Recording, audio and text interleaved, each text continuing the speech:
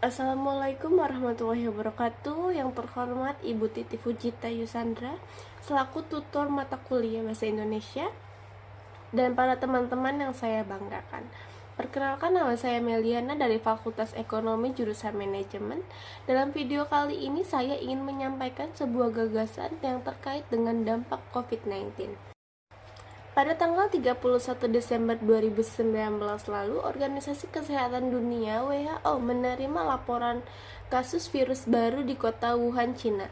Awal Januari 2020, Cina mengidentifikasi telah menemukan penyakit virus corona, penyakit yang menyerang saluran pernapasan. Sejauh yang kita tahu, virus corona atau COVID-19 sudah menyebar di berbagai negara kurang lebih dari 2 bulan. Kemudian, virus tersebut menyerang lebih dari 100 negara termasuk Indonesia, menewaskan lebih dari 3.800 orang dan menginfeksi lebih dari 111.000 orang. Dampak yang ditimbulkan oleh virus ini sangat beragam, misal di masyarakat, ekonomi, pendidikan, pekerjaan, politik, dan lain-lain.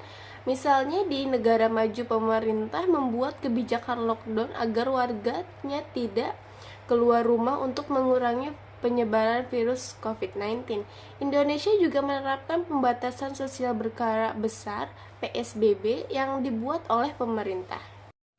Berikut beberapa contoh dampak virus COVID-19 terhadap kehidupan. Yang pertama, yaitu dampaknya terhadap masyarakat, ialah pembatasan sosial yang dilakukan oleh pemerintah.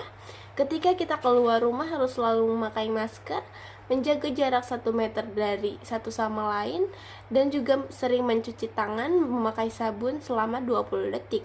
Kebiasaan baru ini harus kita terapkan untuk mengurangi penyebaran virus COVID-19. Yang kedua yaitu dampak terhadap ekonomi. Di sektor industri pabrik, produksi yang mengalami penurunan akibat banyaknya karyawan yang di-PHK serta dipulangkan oleh perusahaan sehingga mengakibatkan banyak orang yang menganggur.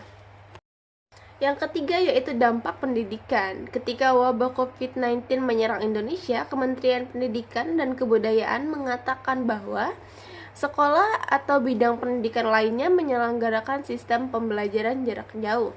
Melalui sistem ini, semua materi dan tugas dibagikan secara online. Hampir semua sekolah dan universitas tutup sementara agar kegiatan belajar langsung atau tatap muka tidak memperburuk infeksi penularan COVID-19. Yang keempat yaitu dampak pada pekerjaan. Tidak hanya di sekolah yang melakukan secara online, namun di tempat kerja juga menerapkan sistem jarak jauh atau secara online. Hal ini berdampak pada orang yang bekerja di area perkantoran. Terkadang pekerjaan perkantoran memiliki jadwal piket sehingga saat di area kerja tidak banyak orang yang berkerumun dan dapat memutuskan mata rantai penyebaran virus COVID-19. Dan yang kelima yaitu dampak pada politik. Dalam sistem pemerintahan, banyak terjadi perubahan selama pandemi akibat COVID-19. Pandemi COVID-19 telah mempengaruhi sistem politik beberapa negara yang menyebabkan penangguhan kegiatan legislatif, isolasi, atau kematian beberapa politisi. Penjadwalan ulang pemilihan karena kekhawatiran penyebaran COVID-19. Sebagai contoh di atas, apakah kita diam saja? Tentu tidak. Justru pandemi ini mengajari kita cara melindungi diri sendiri dan orang lain dengan berpegangan pada protokol kesehatan, serta mengingatkan kita akan bahaya virus ini. Meski ada pandemi, hal positif tetap bisa kita lakukan di rumah. Harapan kita semua pandemi ini cepat berlalu sehingga kita bisa menjalani kehidupan sehari-hari seperti biasanya. Sekian yang saya sampaikan dalam video kali ini, semoga bermanfaat bagi kita semua. Mohon maaf atas segala kekurangan yang saya sampaikan. Wassalamualaikum warahmatullahi wabarakatuh.